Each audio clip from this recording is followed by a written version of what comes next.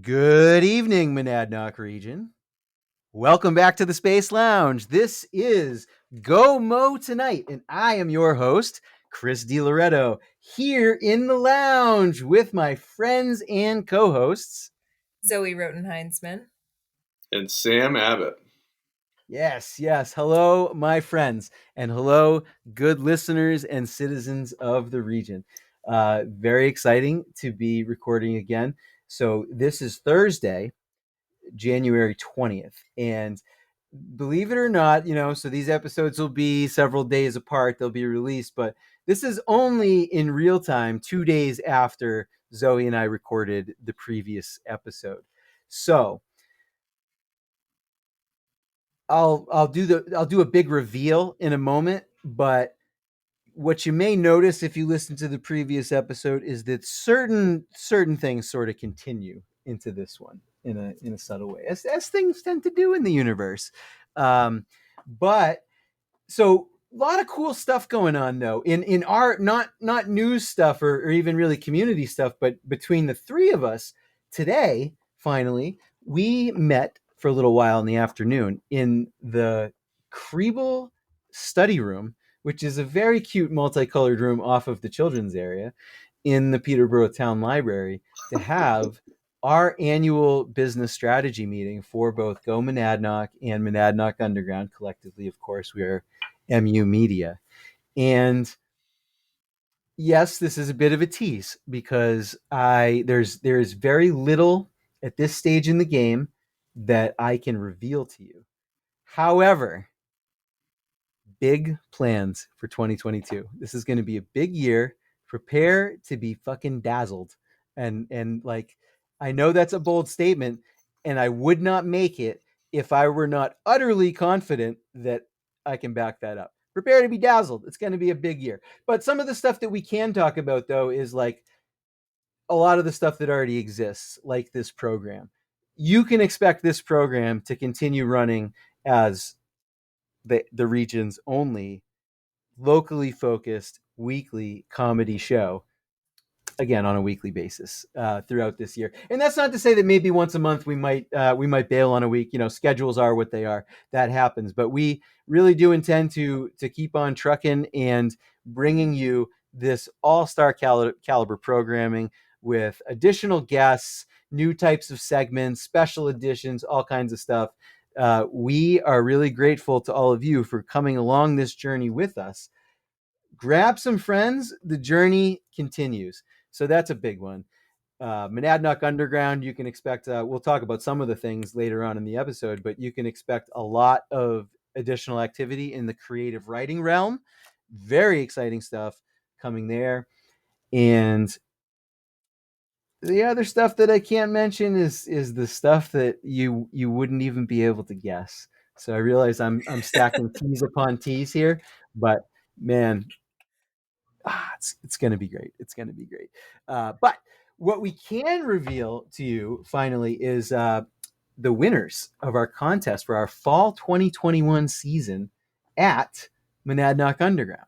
So for those of you who are more familiar with the GOMO side and maybe haven't dabbled over into the mystical creative waters of our, frankly, our initial company, the foundation upon which everything else is built.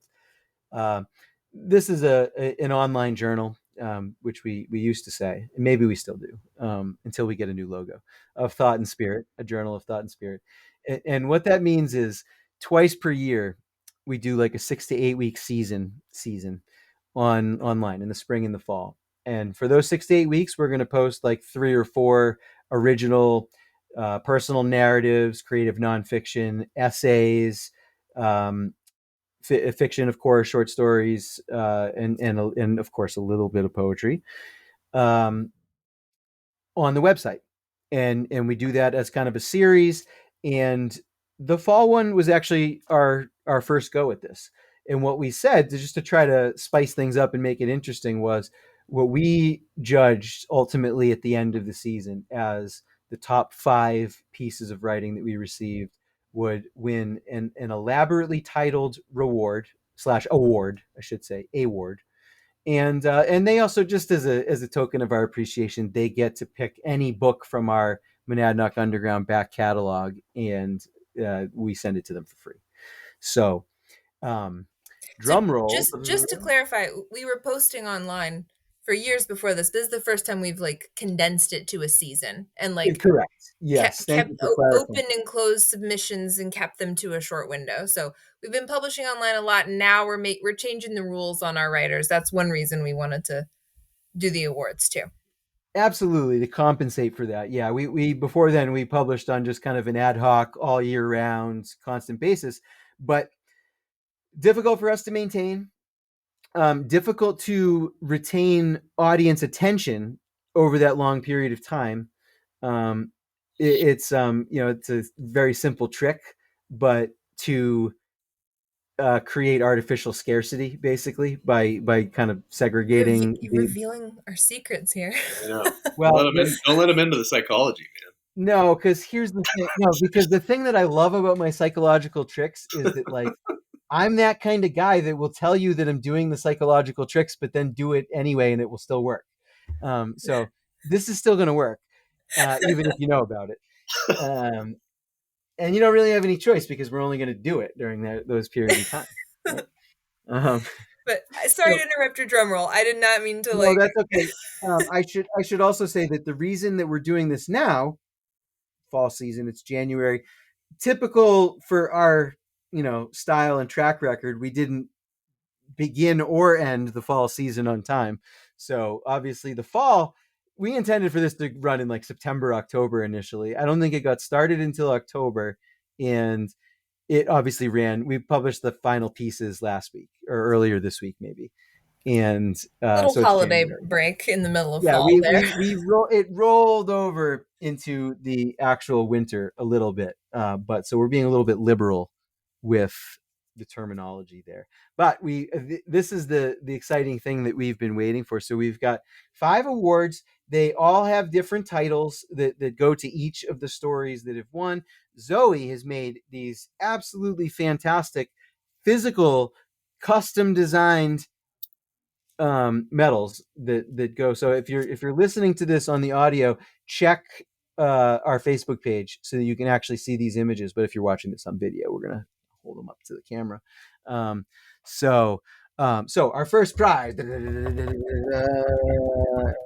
I actually think this thing we might be able to put drums in. Oh, There wow. you go. Well, that's something anyway. Just keep doing that. Nice. Okay, that was sort of a drum roll. Our first winner of the Pomme de Granite Award goes to Diane Kane for The Cost of Free Will. Beautiful. Absolutely beautiful. Congratulations, Diane. Thank you. Diane deserves an extra shout out too, because she had 2, maybe 3 pieces in this season, and she's been published in many of our collections and everything. So Diane, we are thrilled to have you on board with us. Thank you and congratulations. And do we want to talk about her story, or do we want to do the awards first? Oh, sure. Let's actually, we might as well talk about them one at a time, I suppose. So, let's see, I just had it open, but I closed several windows erroneously. So pardon me, but actually this was one of the final pieces that we printed in this series. And I'm not going to get into the story of why this came to protect reputations. To protect certain editorial reputations, indeed. But Zoe, actually, though, I do think that in your protected class, you may be in the best position to give us a little rundown of the story here. Yeah. So the Cost of Free Will is like a crime. Would you call it a caper? Perhaps a caper? Kind of, yeah. It's got like a manic quality to it. Yeah, I mean, like, typically a caper is about theft and not murder, but it's like that. It's got the air of a caper, but it's energy. Yeah, or another good comparison, not to complement the word caper, might be like a Hitchcockian comedy. sort of thing. Sure. Yeah, yeah, Um, yeah. it reminded me in some ways slightly less jovial, but if anybody's seen the film The Trouble with Harry, Hitchcock's major comedy film of the 50s, it's a very bouncy, light, jovial Vermont set movie about a dead guy and how everyone might have killed him. It's very nice and lighthearted and funny.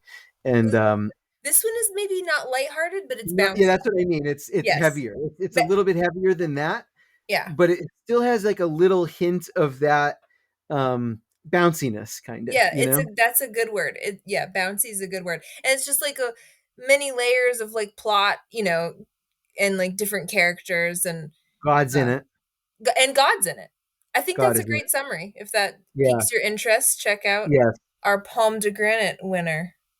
Yeah. If Thank you're you. like a crime story type of fan, and you like twisted stories about people plotting to uh, kill one another,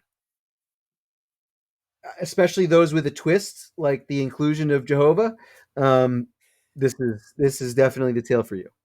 Absolutely. So second award also goes to a longtime Monadnock Underground contributor, our good friend down in, well, thus far he's been in Philadelphia. Last I talked to him, he was moving to Atlantic City relatively soon. So I'm not sure when that's happening, but he's actually gonna be in the, not that we don't love Pennsylvania, but I don't really love Pennsylvania. I do love New Jersey, and Yes. that's where he's headed to. So good for Jared. Jared Radke, that is to say, is the winner of the Thompson Medallion for his short story "Punching on Maxie Smuts." Now, if you're not familiar with Jared and his many contributions to our publication, both in print and online, I mean, he was one of our first writers. I don't even know how Yeah. that. I don't even remember how the hell he found out about us. I don't remember either. And the dude is in Philadelphia. Like, he's not, like, I don't know. We don't know him. Like John Palmucci, I know from elsewhere. Like, so a Right. lot of these other people that we know in other places are friends from other reasons. But no, Jared found us, submitted to us very early on, and he possesses just this w- wonderfully unique style, deliciously dripping with often a little bit stylish darkness, Yes. and it's, but and the reason that it's called the Thompson Award, not to be too on the nose about it, is that, like, and it's not that I actually think that he writes like Hunter Thompson, because that wouldn't necessarily be a compliment. I don't think Jared's an emulator of No, anybody, I don't. frankly. But Yeah. I make that comparison only to say that I think it is appropriate to say that Jared's stories have a certain flair that you might call gonzo. Um, I and like that. and Yeah. and that's why I Yeah. gave it the Thompson Award. I don't be insulted, Jared. I'm not saying that you're an imitator, because I absolutely do not think that at all. In fact, that is perhaps Jared's biggest strength, is that I have not encountered anybody who writes like Jared, in Yeah. fact. And The first thing so the first thing he sent us was like this wild, like manic, like stream of consciousness dive down a Wikipedia and music rabbit yeah. hole where he's just like making these stream of consciousness connections, and I just like loved it immediately. He's the only author to date that we've had complaints about the content of his work and Yeah, like, the number of swears that it contains. So don't do like an out loud reading of Jared Radke's pieces with your kids in the room necessarily. I mean, unless they hear you swear all the time. Like, no, not like any of us, of course. We're good, I respectable, middle class people. That our kids never hear, MF bombs or anything like that. So if your kids, like our kids, never hear that kind of language, I don't recommend you introducing them to Jared Radke. In fact, there's actually a lot of reasons so you shouldn't introduce your kids to Yeah, Jared Radke. it's really not the swears in his work that I would shield my children from. Yeah. Yeah. It goes to some dark places. It goes to some dark places. Yeah. But like somehow with like a certain joy de vivre, though. You know, I You're don't totally right. understand it. Yes. I don't understand it because that's what Jared does, though, is that he dives down into like the depths of human depravity at times. But with this, like, yeah, get out there and live kind of Yes. undercurrent to it. He's wonderful. I hope one Yeah. day that I mean, because like people could benefit from this. Like I would really love to publish like a little volume one day of just like the Jared Radke collection of of all of we like it'll take a few more years to get enough to actually make a volume, but I don't know. I think that would be really cool. It would. Yeah. There's a continuity of style, but a diversity of subjects and settings, such that I believe that if you strung his pieces together, they would have the feel of like a dream, where it's the same dream and it's totally different at hour 1 than it is at hour 6, but somehow it all kind of went together and like one faded out and one faded in, but same dream. Man, what a like perfect description of Jared's writing. That's Jared, I'm awesome. available for PR work, like in general in life, if you need it. Like I don't know. Like I think last I talked to him, he told me he was very happy with the job that he has. But like I don't know. Like if you're ever looking out there and you need a really really enthusiastic reference, and somehow it would help for me to talk about this, which it probably wouldn't. For most gigs, so maybe don't listen to this, Jared. But I'm available if you ever think it would be helpful. You That's can all I'm saying. convince future employees that his writing about like drug addicts and violent crimes is like amazing. That's right. That's right. So congratulations, though, Jared, for the winner of the Thompson Medallion. Our third winner is actually a friend of ours, who I believe has moved to Texas, or perhaps has moved to like Tennessee or North Carolina via Texas. I don't know. Sam, where are you? I don't know where you are right now. Last I knew, Somewhere you headed warm. for Texas. I don't know if you left Texas. We haven't talked in a long time. I miss you. You used to be a New Hampshire guy Yeah. with us. Last I heard, Good. he was moving to Columbia, South Carolina. So I think there's Oh, many okay. choices from where he could be. Yeah. I'm sorry for not keeping it straight, Sam. But anyways, we miss you. But Sam was one of our first submitters to this fall season, and he wrote Sam Johnson is his name. He wrote a story called In Its Proper Place, and it's a delightful tale about it. It's very surreal, and Oh, it's here's about his like, award. well, I got to Oh, announce it yet first. oh yeah. I'm just giving a brief little synopsis and just saying like it's a Silly. very surreal tale about and it's not like Donnie Darko, no matter how much it sounds like, but it's about a young girl who has a friend who's a rabbit, who follows the rabbit, where the rabbit may lead and what that entails. And yes, one could argue that's also the plot of Donnie Darko, but very different story. Again, not an emulation here. This is Yeah, you will not be reminded of Donnie Darko reading this. I It was almost definitely to me not.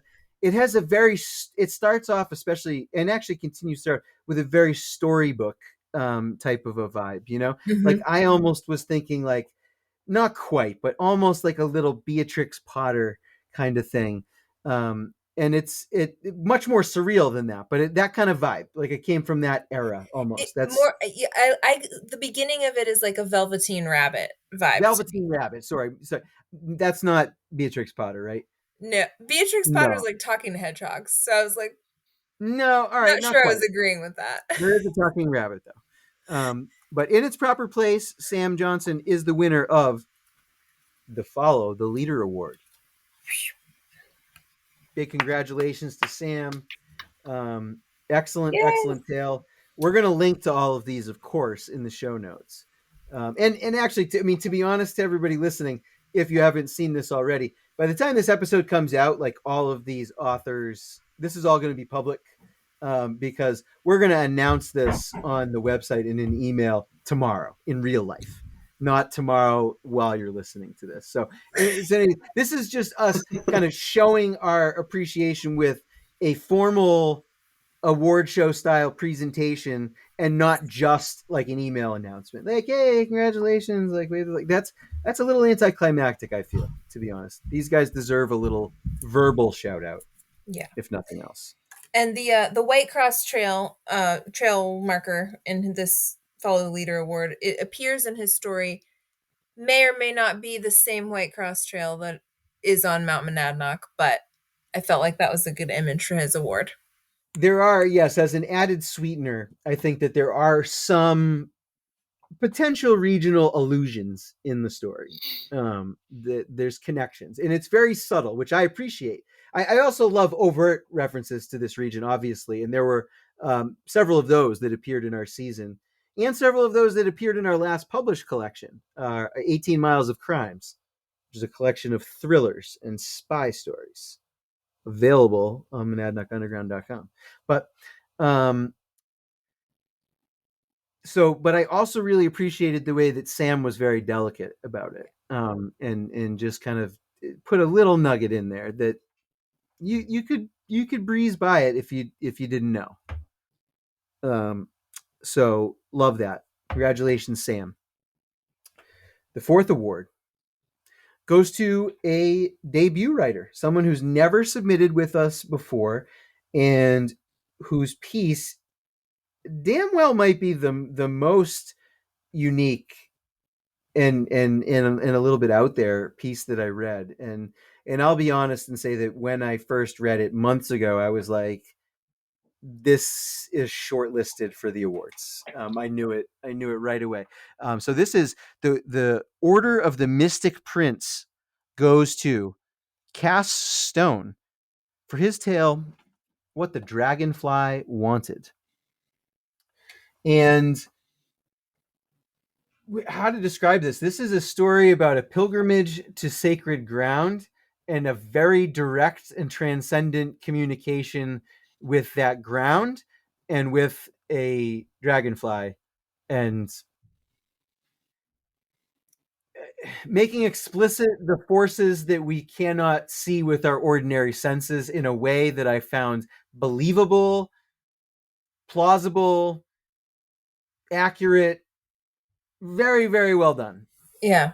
Very strange, very unique, and somehow very true. Yes, it's strange. My father, who reads everything that we publish and usually will comment on everything we publish, I appreciate. I love that. Told me that this is one that he wasn't so sure about. Like, the style of it is really unique, but when I read it, there's an emotional resonance to it that I think that's just probably another way of saying that there's something very true about it. But yeah, I don't know. I really, yes. It connects, It man. connects. Yeah, so awesome tale, very mystical. Of course, I went with an obvious connection there with the title of the award. The Order of the Mystic Prince. Is the Mystic Prince Cass? Is it the Dragonfly? Is it me because I'm giving it to him? Open to interpretation. And for the record, there's no guarantee that we will ever give these same awards out again. These may be one time only if nobody qualifies for them specifically. Congratulations to Cass. Cass, please submit more. We would love to see and publish more of your work in the spring. I think that'd be awesome. But thank you for finding us and submitting. And our final winner for this round, another debut writer. And I chose in the title of this award to highlight that fact in awarding the Blazing Debut Prize, because that deserves to be called out, to Rachel Mussenden for her story, Married to a Cult Leader. And Married to a Cult Leader is it does that thing that really great short stories are able to do, because it is very minimal, that like almost in a, not prose wise like Hemingway, but in the way that Hemingway's short stories can be very like, just chop out anything on every side that is not necessary. Yeah. What is depicted in her story is merely like an encounter on an afternoon, like a conversation over tea in an afternoon. um, that's it. But it conveys so much plot, and you can see so much before and after, and there's some things that you wonder, but there's a lot of things that you just know from what little she's provided. And I love that. And that's what made this one stand out to me Yes. more than anything else, was just it's it's so concise. There's nothing unnecessary. There's no bullshit here. And yet it doesn't read as sparse, and it doesn't read as like short. I mean, I hate like microfiction. Like I'm a long-winded guy, so I have a lot of patience for long things, even if they have a little bit of bullshit in it. But this was, Rachel, like, you did this the way that like writing teachers tell people to write short fiction. And sometimes that, and I should say that sometimes that even annoys me, but in this time you just did it so damn well. It home run, absolute home run. Another debut writer. Thank you for being a part of this. Please, please, please come back. So that piece from Rachel, it stands alone beautifully. And again, you did just like another amazing summary job. And like that Hemingway comparison is like, I hadn't thought of it, but it is right on.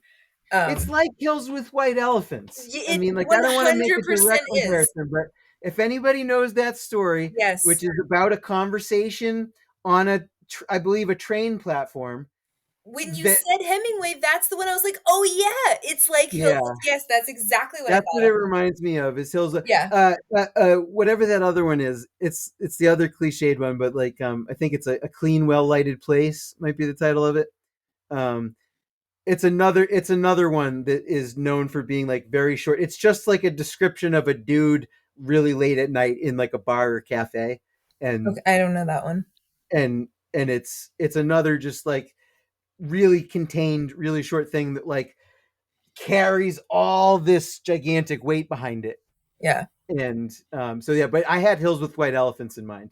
Yes, um that's what came to mind. Yeah. yeah, But this, it stands alone beautifully, but it's also apparently part of a longer work. So hopefully we'll get to read more of that in the future. God, I hope so. Rachel, more, please. um and also, I did want to add one other thing, and not an additional contest winner, but a shout out to our poets. And I know it can feel a little bit defeating sometimes because, well, we had 6 or 7 poems in the season, and we didn't give an award to any of them. And I mean, I'm not going to be dishonest and pretend that that's happenstance or an accident or an oversight or something like that. It's because we've always said very openly from the beginning that we are not primarily focused on poetry. We will publish it. We like it. And if we like yours, we will do it. But there are many outlets for poetry and many poetry contests that already exist. And I think that there's fewer for the kind of general um, fiction and essays and things like that we do focus on, and um, that's why they won. But I don't want anybody to feel that the poems are second class or are not beloved by us. So I want to throw out an honorable mention to what we felt was the top poem of this season. And this was another debut writer who has never we've never had any contact with her before at all. But it's called "We Deserve Love" by Stephanie Lettini. And the reason that this one stood out to me, I think we had a few that I was considering putting forward for honorable mention, but Stephanie does something with rhythm in this poem that I found very unique. It has kind of a rolling cadence to it that almost makes you feel an actual audible beat behind it. And I really appreciated that. So great job, Stephanie. I wouldn't be surprised if it was written to be performed. I would love to hear it Same. I performed think it should be read at out an loud, open and I mic. don't by the author. Yeah, Yeah. I totally think so. So But if you come up congratulations. with a good name for that one, I'll make her an award too that we can post online. Sure. Okay. You could just draw a picture of a poem and write honorable mention. I could do that. A picture of a poem. That's what I'll do. if that's possible. It's like That's a a piece of little like bit of a a puzzle for little you. scribbles. Yeah. A little bit of a. It's like a. Yeah. make the sound of one hand clapping and I call can it an actually honorable clap mention. with one hand. Yeah, I Well, can that's too. your bracelets. That's what I say. Screw you, monks. I know. That's what it sounds like. It's a little bit quiet, but it has a sound. Yeah. Yeah. There's your answer. 1,000-year-old That's your answer. mountain sitting Buddhist. Like that. All right. That was two hands, but it was two hands doing Two single hands hand clapping clapping. alone. Exactly. Two hands clapping alone. Precisely. One last comment I do just want to make, because it just occurred to me about our contest winners here, and I do want to go into our sponsored content for this episode, because last time we went like 45 minutes before mentioning poor Chad's band, and we're already past a half hour now. But I do just want to comment on in the past we have had tons of essays in every time we've, whether it's just publishing ad hoc online or in our initial glossy magazines that we put out. Those were like half essays. One of our 3 themes collections is spiritual writing, and of the 3, that one has like half or more nonfiction essays. We did not do this on purpose, but I do find it interesting that all of the winners of the contest were short stories. This might be the first time that we've had that kind of exclusivity. And I think if we were to look back at the season, I really hadn't considered this, but with the exception of some kind of standard columns that Dan Sesney and I had represented, but they weren't really properly part of the season. This was mostly, we had some poems and short stories, which is really kind of interesting. Like Succubus Incubus it was a little bit of, you could call that kind of creative nonfiction. I'm not sure how fictional that was. Maybe it was fiction though. I'm a I little unclear on that. interpreted that as fiction. Oh, actually, no. I think we asked her maybe, and because Oh. we put it as fiction, we did put it as fiction. So Okay. yeah, everything was put as fiction. Other than me and Dan's columns and other than the poem. So really interesting. I like that personally. Not Yeah. that, I mean, I love essays. These days I write more essays than I do fiction, but I really kind of like it that we're getting this much fiction, that it's dominating Yeah. our online landscape. That's really cool. This is the first time that it's ever quite been like that. And submissions for the spring season will open on March 1st. So anyone listening who's a writer, who hears how we love our writers and talk about their writing, and just, Yes. we You want to love be this. talking about You like can this, tell right? how much we love Yeah. it. So send us your stuff. Absolutely. March 1st through April March 1st. 15th. Yeah. Yeah. We'll give you a good month and a half window there. And we'll aim to put April 10th, actually, to give us a 5-day buffer. We'll start on Sounds April 15th and we'll roll for 2 months. And we're going to try to actually keep it concise for real this time, and conclude it within the bounds of spring. That's a goal. We'll see if we can pull it off. We can. We'll do it. Yeah, I think so. This episode of Gomo Tonight is sponsored by Homely Chastity Overalls, New England's leading brand for frumpy farm and field fashion. Do you ever wake up in the morning feeling sensual? Or sometimes, when you're out on the fields of the homestead, do you start craving that sultry nature kind of feeling? Are cold showers not working? We've got just the things for you. Homely Chastity Overalls, the only brand guaranteed to erase any trace of sexuality from your body, mind, heart, and soul. Our formless denim is guaranteed to hang off your body like a non-living sack with our trademark strap clips uniquely designed to remind you that you never need to be touched. We also have homely chastity jeans with a rear end designed specifically to sag and a line of brown long johns to dissuade even the most persistent hands from touching you under the covers. When you're watching Netflix or HBO Max and he gives you that look, just point at those strap clips and say, buddy, not on your life. Homely Chastity Overalls, New England's leading brand for frumpy farm and field fashion. If you would like to get your brand, product, service, band, or illicit card game mentioned on our program, reach out to Sam at monadnockunderground.com. Reach out to any of us, in fact. We're going to start sharing all of our duties of all kinds, except Zoe's still going to do all the editing. But all of our email addresses are in the show notes, and you can email any of us or all of us if you want to about getting your ad on this program. You can guarantee that this core group of listeners, which is only growing over time, is listening to every word that I say about your product, because as I never tire of reminding everyone, it's not just the seductive tone of my voice. It is the fact that no one wants to hit that skip button for fear that I might say something that they wouldn't want to miss. And that is just as true during any advertisement that we do as it is the rest of our content. So hit us up. We've got really a hardcore listenership. I guarantee you, I swear to God, our ads are cheap and bang for your buck. Like, this is the most results that you'll get for your spend, the most dedicated eyes and ears for your spend that you can get in this region. Pay $400 for a Ledger ad if you want to. That everyone's going to ignore as they flip through the paper or like put it in their wood stove, you know? Sorry to be blunt, but like that's what happens. And or you could pay like literally a tiny fraction of that, and you're at least going to get several dozen people who hear directly a fairly detailed and entertaining endorsement of what you do for money. So please reach out. It's available.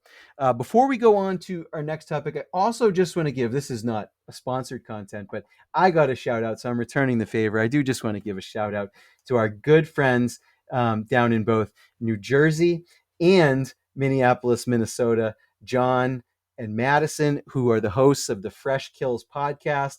That's another very random cultural criticism, comedic show.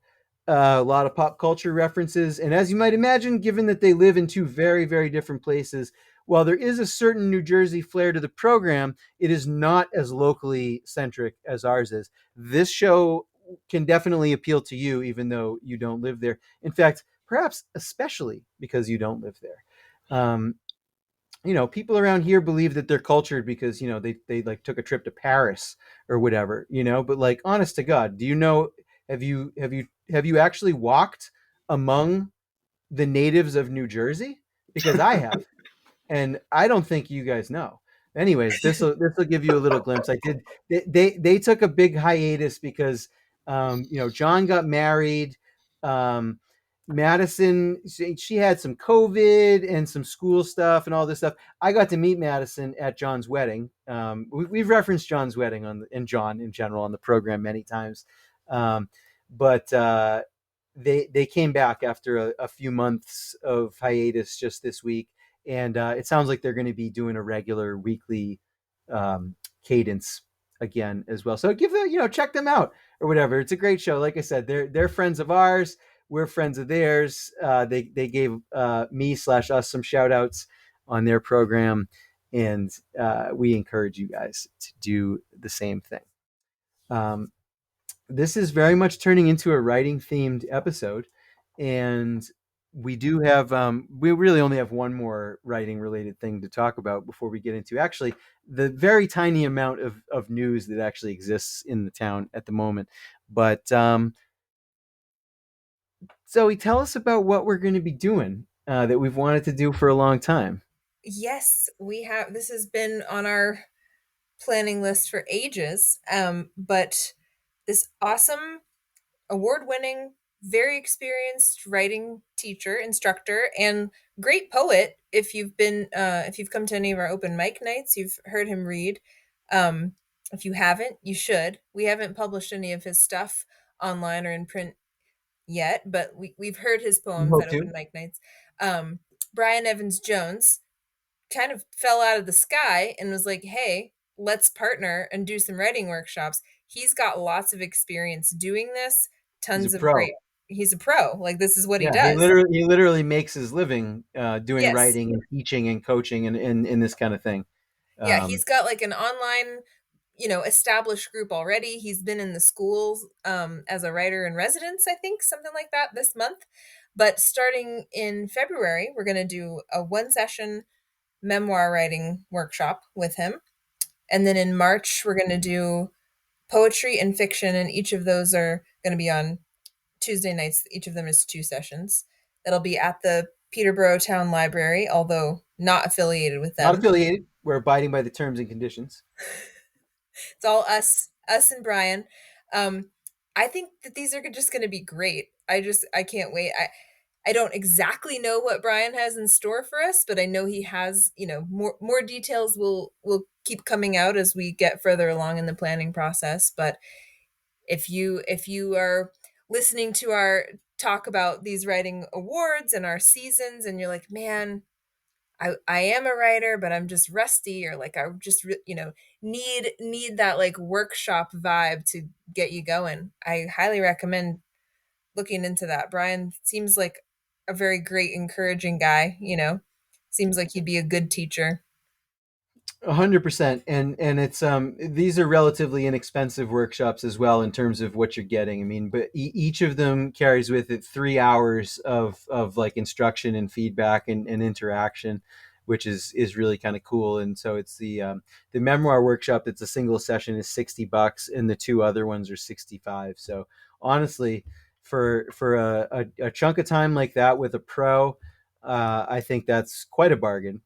And the spaces are somewhat limited, not super limited, but there is a cap. So if you're really interested in this, the link is in the show notes. I really encourage you to register now and reserve your seat, because there's about a month till the first one, and I bet you that first one will be filled within a couple of weeks. So just throwing that out there, very encouraging.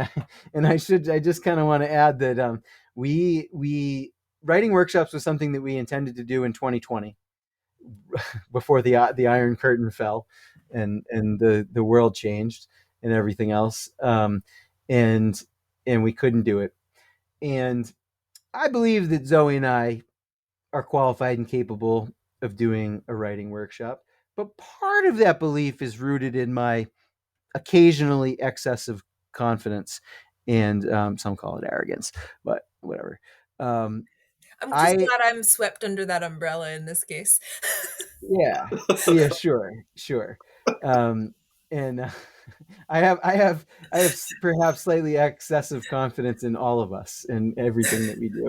It extends to the whole operation.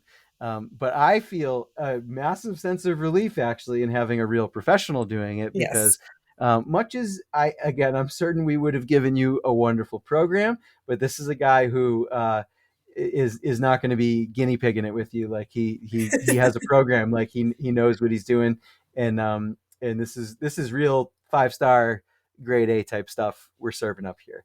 And this is just the first round, so these are just there's more to come, but get in on these because it's going to be great. It's going to be great. Yeah. So once again, and I didn't retell the little gimmick about the top story in the Monadnock region this week is absolutely nothing like it was. Obviously it's been 2 days since we recorded last, and that's what we said last episode. And like, spoiler alert, nothing has happened in the last 2 days. But I do. I beg to differ. I have a top story. All right, I don't know if you're ready for it yet. let's do it. Let's do it. Let's hear it. This is important. This is important news that got a whole article here. In New Ipswich, a lit cigarette caused a car fire. That I'm going to call that the top story of the week. All right, What and happened? so before you go on, I just do want to say that many of you may scoff at the cigarette fire being the top story, but when I was a smoker in my misspent youth, as in up until 4 months ago, A year ago, I really used to always fear that I was going to set the car on fire with a cigarette. You know, you go to toss it out the window. Not that I would ever litter or ever think about littering, but that is what you do. And you go to toss that butt out the window, and I just imagine it like without me seeing it, like blowing back into the back seat and just landing on the seat. And there's something, you know, my car is always messy, so there's something flammable on the seat, some kind of accelerant that should never be there or something. And it just like goes up in flames, you know, and the back seat's real close to the gas tank, you know, and like they're not supposed to blow up, but like they always do if it burns long enough, you know. So it's like, oh fuck, like I gotta, you know, get to the side of the road before it blows up. Is that what this story is like? Did they have accelerant on their back seat? There no backseat involvement with this particular conflagration. Instead, what happened was the car owner used the little plastic side thing. What's I don't know what the technical term for that is. Molded plastic pouch Oh, on your like car on the door handle? Oh yeah, okay. yeah, Sure. the handle. Use Yeah. that as an ashtray, and there was some smoke that the fire chief discovered. And this article notes that the door had reached more than 100 degrees in temperature. So Christ. Huh. So more than 100. The car had a fever. Almost as hot as a cup of coffee that's been sitting out for a while. Almost. See, kids, this is why you don't smoke. You know, this is why New Zealand is getting rid of all your tobacco, you know, so that no one heats up the plastic of their car to the point where it generates smoke. Yes. And luckily, the homeowner had a 5-gallon bucket on hand, which the fire department used to extinguish this blaze. Wow. So, wait. So the homeowner heats up, makes the smoke from the plastic on the car, has the 10-gallon bucket, calls the fire department, and like offers them the bucket to take care of it. You know, my guess is that they saw the smoke in their car. Their mind immediately jumped to, God, there's some accelerant on the back seat, and if I touch this thing, we're all gonna blow, you know. So called the fire department. And then when they opened the door, you know, that 100-degree door that hopefully didn't cause any injuries to whomever touched it. Yeah. Then the bucket was offered. Like seriously, like that's as warm as like a shitty sauna. I mean, a shitty jacuzzi in a, you know, like a disgusting, like like an unhappy jacuzzi at a bad motel in Fitchburg. That's how warm that is. Well, that is the region's top story. That's funny. Oh, you know, yes, that is, as we said in last week's episode, that is, we fully anticipated a slowdown in activity and news and even controversy, regrettably, in the month of January. If the cycle of the year continues the way that it normally does, this slowdown, I mean, we didn't expect it to quite go slow to a halt at this point, because it kind of is. I don't feel like we can even like squeeze a Hallmark plot out of that story. We can't. No, we can't. As I said, and I'm going to repeat myself, and I'm sorry, but as I made reference to in last week's episode, I hope to God that there's nobody listening, but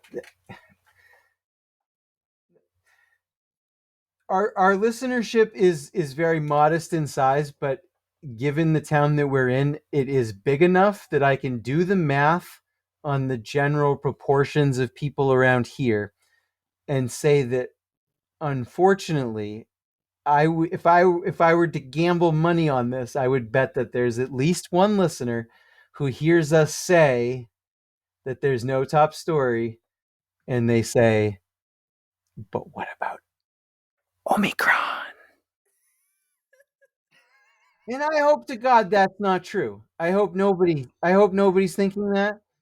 If you're out there and you didn't think that, give yourself a little pat on the back, being on the normal side of humanity. But there's definitely some who,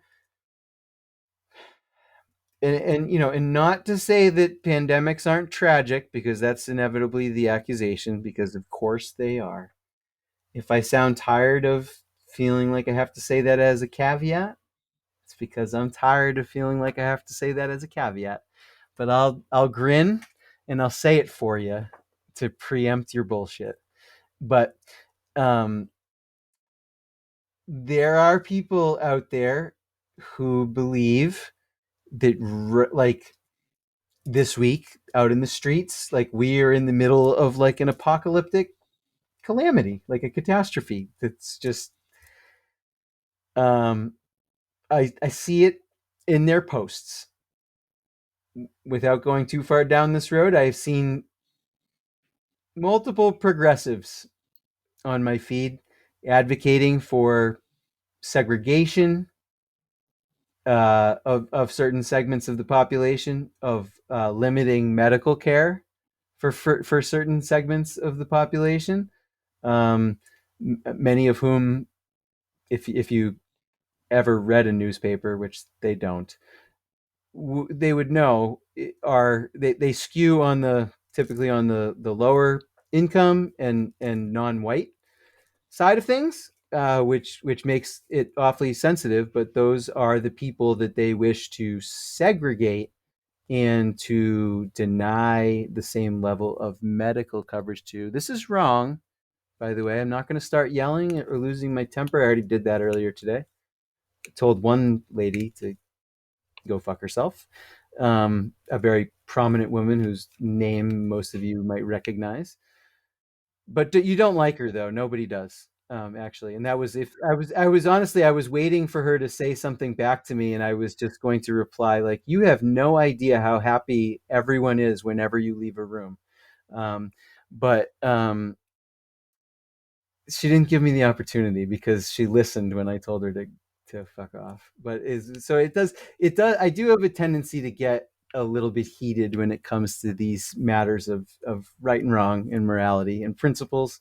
And I say all this just to say that the very small charitable part of my heart says that for progressives to advocate for these things, because I like to think that they are mostly well-meaning, they must believe that, like, we are living through the end times and such measures are necessary. They're not correct. Their viewpoint is dangerous. I I think it should be remembered. But the only way that you can claim that there's anything going on in this region right now is if you concoct a story about disease. And other than that, there's nothing happening. And the cycle of the year will continue, and this will probably continue into February. And the difference between now and February is, in February we will be, even less tolerant of the boredom and the doldrums and the cold and the dryness and everything that's bad. It'll be miserable. But you know what we're going to do is with the strength of our will and our core light and spirit that we carry within, we are going to bring um, a sense of fun and excitement into the next several weeks, even if we sometimes have to manufacture it ourselves. Um, and that's just how it is. But that's our show for this week. Thank you for coming along with this episode. Huge congratulations to all of our contest winners. Thank you so much for participating in our season. Anyone who check the links in the show notes. Check out these stories. They're damn good stories. Really, really, I have felt this way from the beginning, but it's something that it never gets old. It never ceases to have an effect on me. I am extremely proud of the caliber of writing that we are able to have the privilege of hosting on our platform. It is an honor. Like, this is damn good stuff. It really is. It's awesome. And so love to see it. Send your stuff in after March 1st, ideally. People are sending them in already, but we're really not open. We're not ready. March 1st, we'll open up for a month and a half of submissions for that. Okay. Shout out to our sound lord, Chad Patterson, over at studio117.net, not .com. He is available in 2022 and beyond for all of your recording, mixing, and editing needs. He's a pro. He turns things around very quickly. And he just has been building his own audio engineering setup over time and is just exploring more and more and getting better and better at programs and equipment and all this stuff. He's the man. He also has a band. It's called Down by 10. It's a cover band. They're brand new. He's the front man on guitar and vocals, and they're available for hire for any of your parties, your corporate meetings, your high school reunions. I got my 20-year reunion this year. That's why I say that. I don't think we're going to hire Down by 10. No offense, Chad. I don't have any say in that matter, and it's whatever. But we're gonna. I can almost guarantee you that we will drag their asses to Peterborough for something at some point. But if you need a band, there you go. They can play anything from the 60s to the aughts. And if they can't play anything from the 20 teens and beyond, who would even notice? Who the hell knows what the hell music was made during that time? I don't. I couldn't tell you. Nobody with purchasing power. I'll tell you that much. So in any case, Chad, Down by 10, Studio 117, look him up. And a huge thanks, as always, for his contributions to making these episodes sparkle and shine. If you always watch the video version of this, which I know a lot of people do, give the SoundCloud/podcast app a chance at some point, because we've got music, and Chad makes our audio just perfectly warm and balanced and exactly the way it should be. So the video's cool and it's fine, but if you want, if you're a connoisseur, if you're a bon vivant, you really like the finer things in life, high quality over quantity, check out the audio. It's well worth it. All right. And last thing, if you've bothered to listen this far, is sign up for our email list on Go Monadnock. It's really worth your while if you're local. If you're not, I'm not going to lie to you, there are some non-local people who actually like this show, even though it's locally focused. But you really wouldn't love the email because it's very heavily focused on events that happen here.